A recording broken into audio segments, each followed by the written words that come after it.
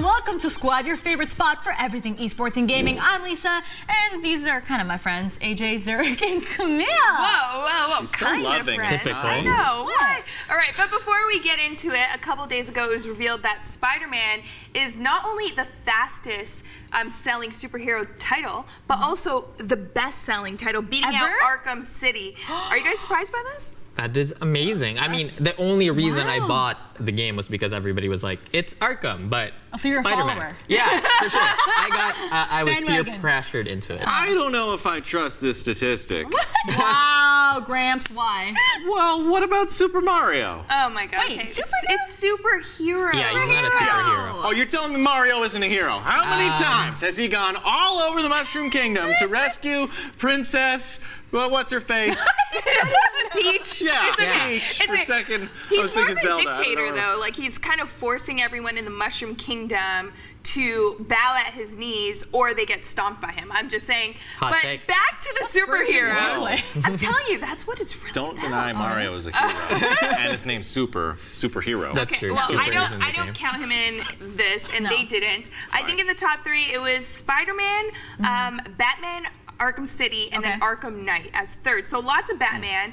Obviously, the Batman series has been widely acclaimed for the action and how their combat system works, which is exactly how it works in Spider-Man. But doesn't it just coincide with like the movies? Because you know how obviously Dark Knight was huge at a certain point. That's why the games did well. Spider-Man right now is the new hot superhero. No, With man. Tom Holland, I don't think it's the movies. I don't want to think that we're just brainwashed and just 100%. puppets by DC Think of and Marvel Marvel. Universe in the Avengers. Like Spider-Man was the best character. Everyone loved him. Yeah. So this is why the game is doing well. But it's also a really good Yeah, it's game. okay. If you look at the Rotten Tomato scores for the movies, if you look at the scores for the games that are really well received on their Metacritic and such, they do really well. Also want to point out that Batman and Spider-Man don't have super in their name, unlike Mario. Oh my God. Okay. How are we not Are we thinking still on of that? him Okay, okay. as Enough Superman? of that. What does he got to do? All right. On that note, let's get the show started now. Later off, I'll be facing off and teaming AJ, hopefully in Unmuted.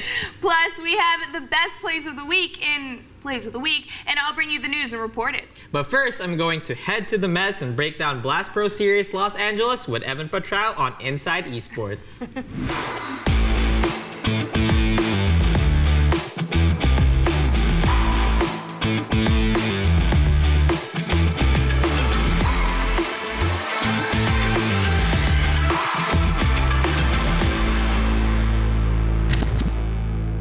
Waiting for it.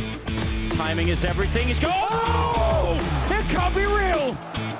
Didn't see anybody landing the triple right to the smoke. I've never seen anything like it. He finally gets the bomb, but he's not sure where to go, and this might have been the wrong choice. Indeed it is, and there we go. Team Liquid pick up the trophy here at Blast Pro, and they are your champions. Hello and welcome to Inside Esports. I'm Zurich Arguella, and as Vendetta predicted last week, Team Liquid still got some gas. Of course, I'm referring to the CSGO train that never stops, and this weekend, we were blessed with the Blast Pro Series in LA. My boy, Evan Petrao, is going to join us in a bit to help me break down the event, but before that, here are the highlights. They should be fine, because at the very worst, they should be able to trade out kills, and see how drilled this Team Liquid team is at the moment. Beautiful usage of utility. That's so fantastic. Oh my God. Alicia's always delivering. And there is a shot that just runs right into him. Oh my God. No way that just happened. Coldzera, eat your heart out. Oh, he's got a third. Nitro slamming down the gauntlet. And dude! By the vent, there's a Molotov to force him out, and he comes jumping right out to get the kill. Continues to spray, that's an amazing double kill, and Stewie gonna win the round. I can't believe Elige managed to control that. Guardian just opening the door to check. It's gonna be a fight as Twist is gonna be taking down Rain. Guardian with the return, and now it's on Twist. A disgusting headshot taking down Guardian, and he wants more, and he's gonna get it as well. Twist with the triple kill. What do? You can't really get out. At least he has a kit, but this is already buying so much time, and Elige is playing this so smartly. He has this, surely. There is no way, and that's going to be 16.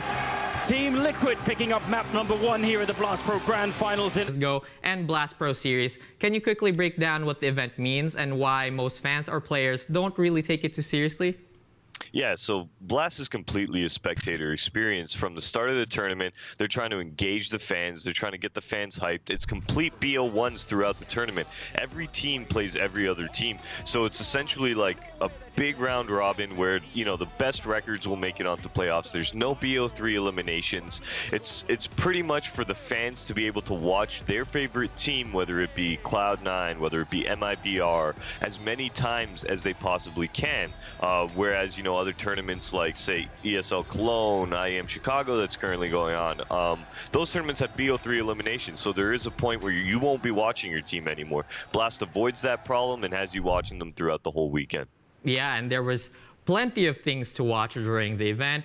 Unfortunately, there was some scandal surrounding one of their mic'd up segments where they shared a clip of FaZe Clan's coach, YNK, talking to the team about the next round's execution. Now, from an outsider's perspective, this might not be that big of a deal. It actually sounds a little bit like gibberish if you don't know CSGO, but I want to hear your thoughts. Is this a yay move or a nay move for BPL? So, there are points where you can mic up players.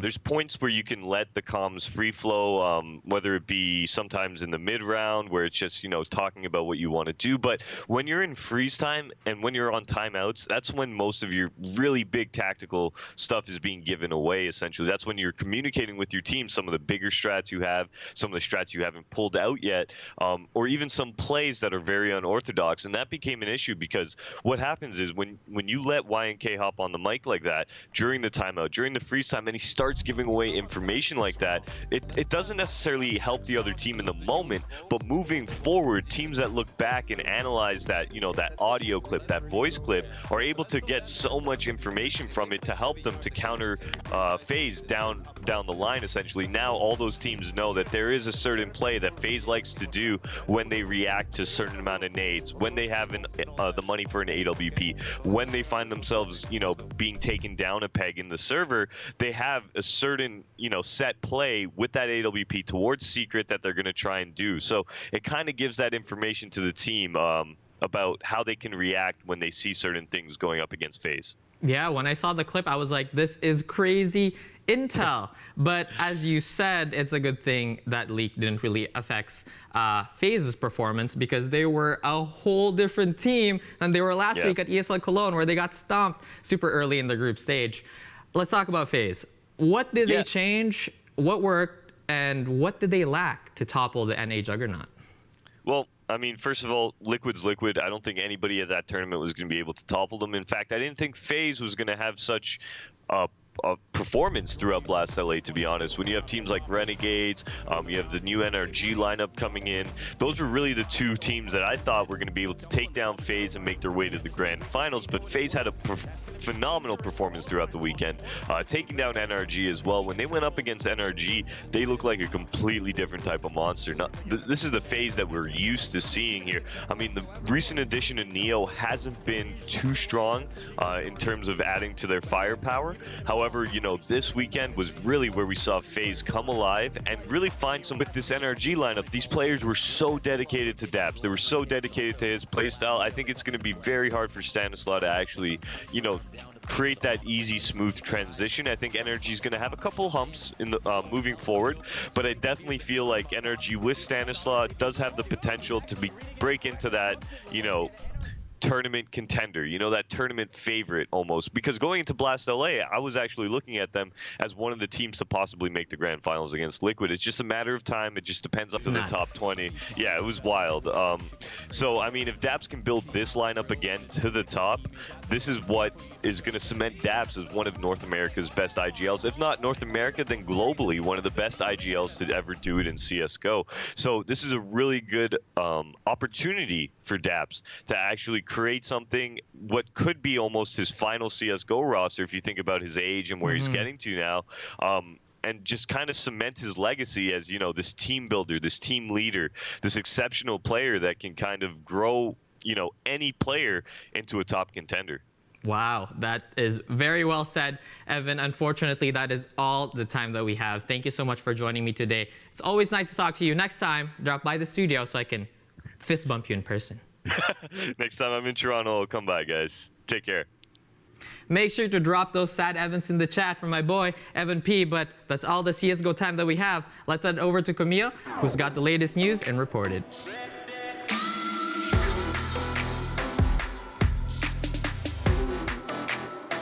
I've got plenty of news to share with you today, so let's get right into it.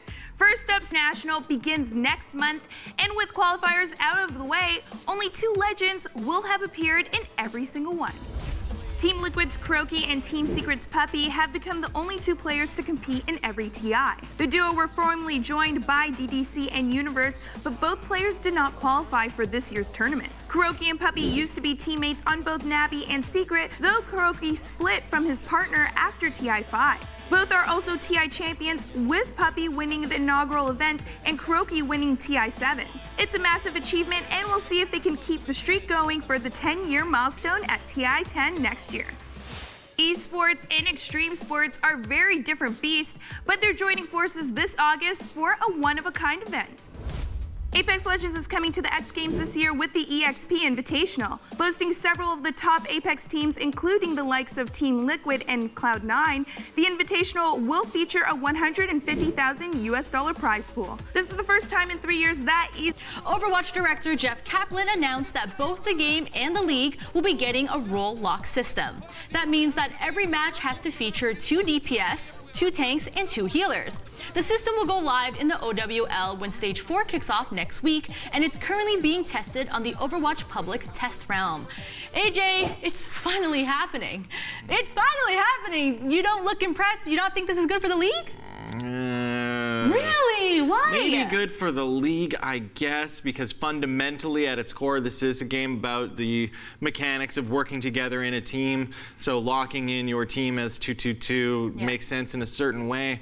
But it's killing originality, diversity, it's killing spontaneity, the idea of like suddenly, no guys, we're losing, let's just all go tanks. Suddenly it's like, wow, this is like, it's restrictive, and I don't think restricting things is ever the right way to solve a problem. Question from an Overwatch noob, do the characters or the heroes not fall into multiple categories? Like, is there can only be a tank, or there's certain DPS characters that you could say are sort of tanky, like Mei is kind of tanky. She's a support, right? No, Mei is a DPS, at least in the category that she falls in. So and Brigitte is a support character, but she's a little tanky because of her shield, and she's got a big health pool.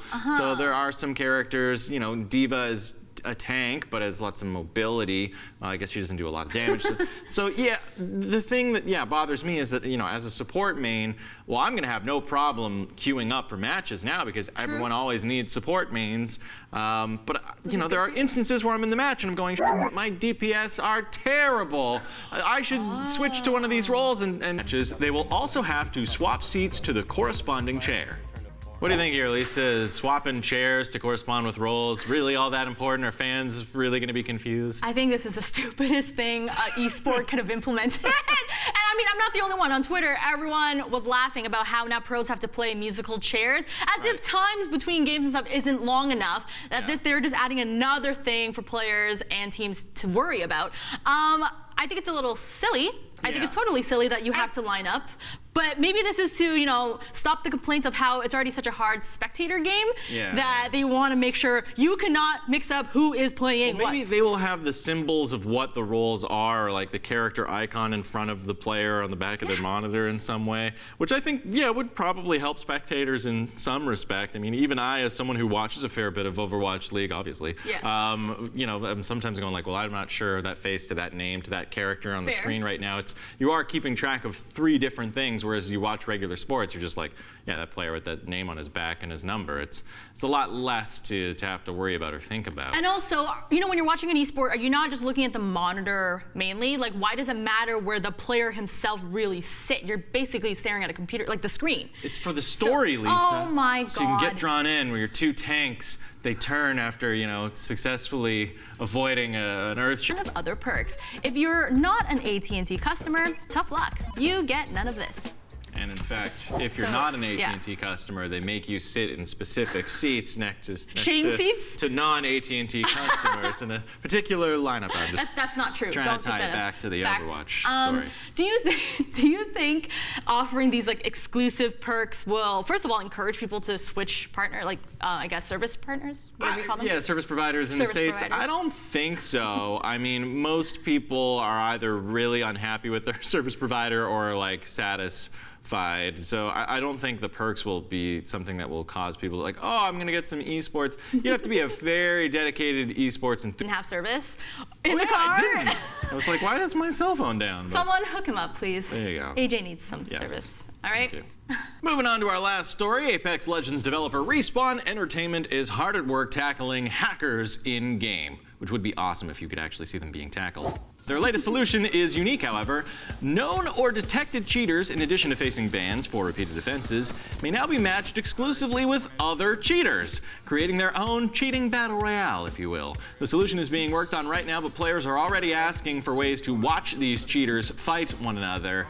Lisa, what do you think of this solution? Would you even want to watch an all-cheaters match? To watch? Hell yeah. That would be so interesting because then you'll see crazy, ridiculous things happening all around. But they're all done by computers and by AI and by hacks and such. Cheating and hacking and such. They make friends and they do crimes together afterwards. And then what if you put all the cheaters in this game together? They'll just cheat. What algorithm are you using, man, for your hacks? They're pretty good. Oh, well, I'm crossing Exactly. Right? So I don't know if this actually will solve the cheating problem. This almost seems, okay, Apex Legends is trying to, they don't want to ban players that are cheating. They want to keep the user base, which is why they create another side game or whatever that cheaters can still play, but they still have the user base. Do your tests if you're cheating over here against one another. And it won't affect their numbers, right? They can still say, yo, we have millions, even though half of them are cheaters. Well, when it's a free game like that, and anytime that you get banned, you just roll a new account, sign up for a free email somewhere, sign up, you know, you don't even have to uninstall the game, just log in on a different Sounds like you have a lot of username. experience with this. No, I don't. I don't like the systems. Like in Overwatch, there isn't a cheating problem because it's a game that costs money every time that you want to, you know, add a new account to it. Whereas games like Fortnite and Apex Have you been hurt before? By cheaters in game? Yeah. I don't like it at all. All right, we'll see if the system works because it's time to move on to see what the streamers are doing in Clip It. Our first clip comes from Paladin Amber with this limited time offer. How much for foot play? I'll tell you how much. Hi, welcome into Paladin Amber Sales. That's right. Do you want to see Phil Derper and man's best friend. The freaking quote, dude. It's not about that. I have a serious talk that needs to be had. I'm at exactly 300 points. If we lose this game, I'm out of champions, dude. And I'm a freak out, dude. Dude, it's not. He was a good boy. He just wants to play ball. Oh, I think he just wanted a sip of wine. That seemed more Was like... that wine? That was a big glass of wine. It looked Give like me it was some. maybe like, I don't know, beet juice or something. It stained. It was, beet juice? It looked like it was a big glass of something. Who drinks glasses of wine like that? Listen, I know you have to take care of your health. I know you have to take care of your health being so old, but beet juice, she's probably drinking wine. She's at home. She can have as much wine as she wants. Don't shame. I'm not trying to shame. I've never seen anyone drinking wine out of a like giant cup like that. AJ, have you seen anyone drink wine out of the bottle? Yes. Well then. Difference, I suppose. There you go. Yeah, but I just love that it was something that dark and obviously staining as opposed to just a glass of water, which wouldn't have been as hilarious. AJ, stop. Stop judging. All right, let's move on. It's truly the best time of the day when we trail through the Twitterverse to bring you all the things pros bless us from their timeline. This first post comes from esports host Smix, claiming all Asians can do this. Let's see. Okay, Smix is showing off her nimble fingers, spinning this pen round and round it goes. It doesn't stop. Look at that agility. How would you rank that, AJ? That's pretty impressive. That's just like a 2-finger spin. I don't think I could do that. I feel bad because, you know, she's saying all Asians can do it, but I've never been able. That does not look as graceful. Hold on. Okay. Yeah. No. I can do this one pretty well. Like that one's not bad, but like. It's not as graceful as hers. Maybe it's because hers was in slow mo though. Maybe. What the frick? But the like. I think she had it on a string. To be honest, can we double check that clip? It looked like there was a string on it. I don't know. All right, getting rid of that. Moving on. Overwatch caster Jamerson took to Twitter to share a new phenomenon plaguing the community. He said, Lindholm syndrome, a condition which causes Brigette players to develop a psychological alliance to Brig after countless hours of scrims. This is not something that I've experienced myself, but many pro players who are otherwise like DPS players getting locked in with this GOATS meta we were talking about earlier, where Brig was such a crucial part of it. So many players were forced to play Brigette, and they are not particularly fond of this character. Why? Is she not fun to play? Well, I mean, people like DPS players, they want to go out there and shoot rockets or snipe people, and like Genji dive in there, but Brigitte was just so critical in GOATS that they became accustomed to playing her, and now that she's no longer so critical in these team comps, we're going to see less of her in pro play, but, you know, people are just reluctant now to let her go, having spent so much time Let her playing go. Let her go. What's Let with her it? go. Stockholm. You know when you become... That's the Lindholm syndrome. Who's Lindholm? That's Brigitte Lindholm. Oh, all right. It's time for our last profound thought. We're sending it to CSGO Pro Rush, who learned the hard way that there is such thing as too friendly. Sometimes when I'm walking down the street, I'll say hi to strangers and they look at me like I'm crazy. I guess it's just a Midwest thing. Sad face. I don't know. I think it's a fairly Canadian thing. You don't say hi to people in our neighborhood sometimes or give them a little nod. I feel pressured to, but I don't want to.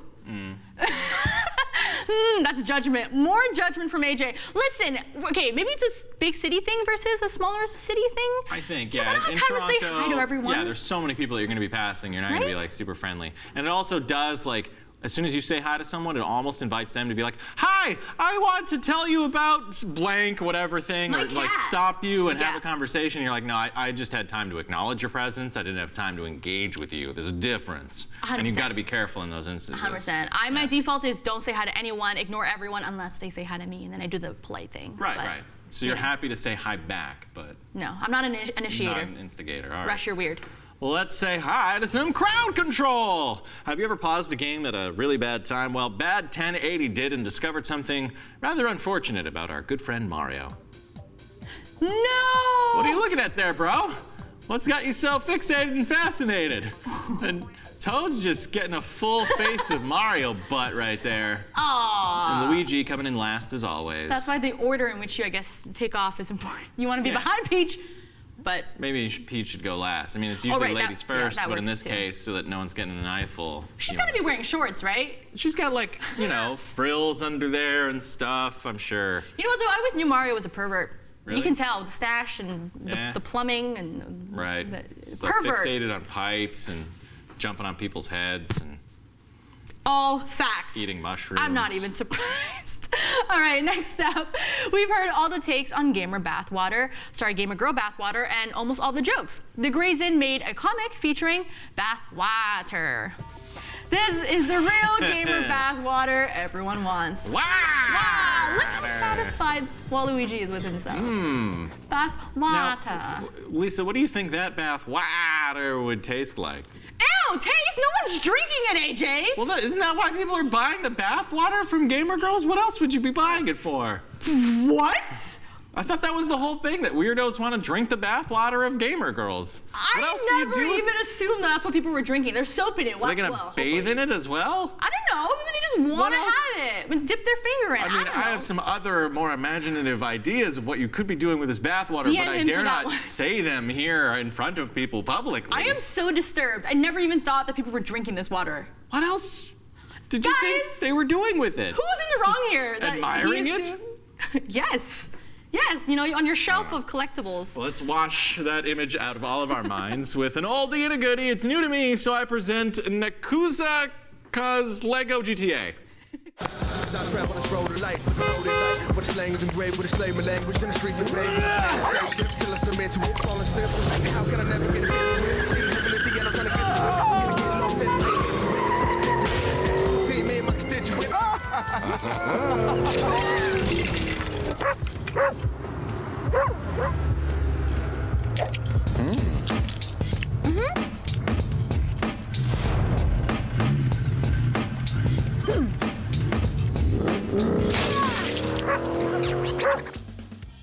That's from Nukazuka, as I botched before the video. Completely. You can catch more of it on his YouTube page. That must have taken a long time to make, but that's totally GTA right there. It took so long to make and a second to destroy.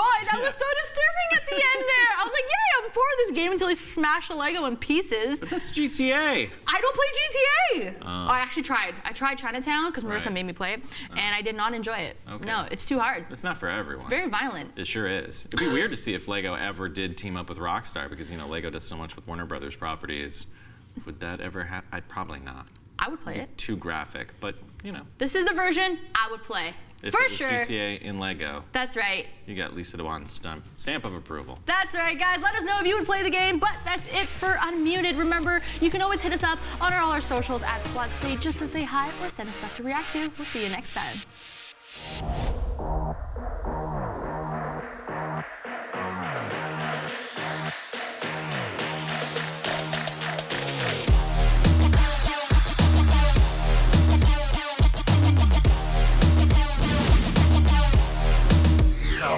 And Sword are doing battle. Cannon Barrage comes down. Hextech Ultimatum is going to be the trade here as Cube's looking for it. Oh, he picks up the kill and doesn't die to the Requiem. He held on to the oranges for just long enough. All this. That is the main point of the game here, if not just try to win it out. Barrier denying a lot of silence, but TM still managed to find his purpose. He comes around and he gets a double tap off the grapple onto Striker. DM, this man is an absolute machine. Like so much damage. All right, this is gonna hit him. Yeah. And he's already powered up with V-Trigger, so he can rush in and do safe moves like this. Oh! Hey! That's some cheap stuff. Yeah, and... Is it gonna be enough? No. Oh, yes! it is! That is some cheap stuff. That is some cheap stuff. So, oh my goodness. Knuckle do answering back. You have a kill combo of your own. Bro, I have a kill combo of mine. Really juicy, but here comes Trey. Caps has the ultimate, has the parkour as well if he wants to get away. Tricked out to half HP already, and Caps just dodges around it all. You cannot catch this man. Odo falls in the side lane. Caps just jumps across the wall. He's still alive underneath the tower, but our game might look for the chase. Once again, Caps buys the time of 2 members while G2 keeps playing. No. Let's check it out. Oh, wait, does he walk into it? What is oh my God! No way! That's just gross. They've nearly got it to the end of B. Straight just harassing that back line. There's a Primal Rage going after Costa, who's in a little bit of trouble trying to fly to safety, but he can't quite do it. Gushue is so good at chasing people down with that Primal Rage. Finally, Chaos that falls, and this is it. This is the Primal Blade. This is why everyone fears Gushue's Winston. It's so crazy how good his sense of positioning is, where he knows where everyone is and can track them down. Totally fine. Alicia's always delivering. And there's a shot that just runs right into him. Oh my God! No way that just happened. Coldzera, eat your heart out. Oh, he's got a third. Nitro slamming down the gauntlet. And dude! Has one more mirror at his disposal. This could be it. There we go. Big damage. Yeah, this is going to be a corner carry. Now where's going? Oh, just a meaty. Oh! Drop the... Okay, all right. One hit in the stun. He can actually... Oh! He just on his wake up did the EX headbutt. He's like... That was kind of nuts. And he's so happy about that. Look how happy he is. That's the hard read right there. That was the hardest read. With the time bank, let's see if they can finish the map. Minefields again going to be dropped in. Hack goes through on a Rascal, so he cannot tell if he only gets pushed straight back into the mines. Young Jin plays it perfectly, gets the hit, now takes Shoryovin out of the mech in midair. This guy is an absolute maniac. Absolute crazy performance here from the Dragons. They are in their zone. Violence gone. Young Jin is just popping off. Another Meteor Strike nearly available. We'll get the kill onto Sinatra again. Now looks for a little bit more. The Rascal, he's got that self-heal. He's trying to stay alive. They will go ahead and peel back.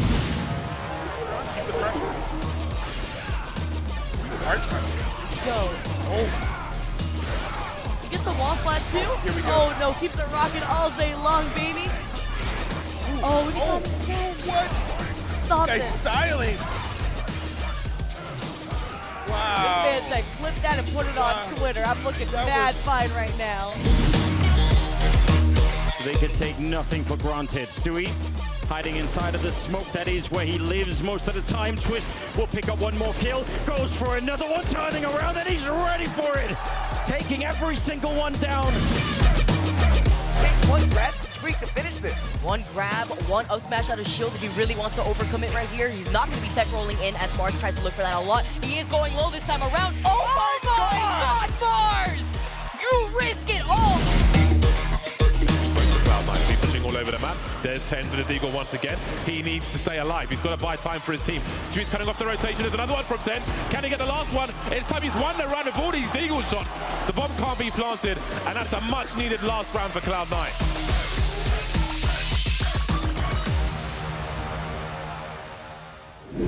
Those are some great plays. Eric, did you have a favorite one? Yes, the Nitro one where he's like jumping around and opping people, and that never happens in a pro match. And they actually he pulled it off that one match, and that just blew my mind. Do you think you could do that? Definitely not. Definitely not. And that's why they're pros. I know. Oh, but AJ, don't you have a play you want to tell us about? Great. Tell us the Speaking of story. hopping around, so I posted a highlight from an Apex Legends match a few weeks ago where I killed 3 guys, a full squad wipe to win the game. We were already shorthanded, my friend Jesse and I. But then I show it, I posted on Twitter, and then everyone around the squad offices here, all these pro players, you and Riley ripping into me. Riley's like, you're not hopping around. You actually have 100% accuracy when you're jumping, when you're firing a shotgun. So you should be jump strafing while you're firing it.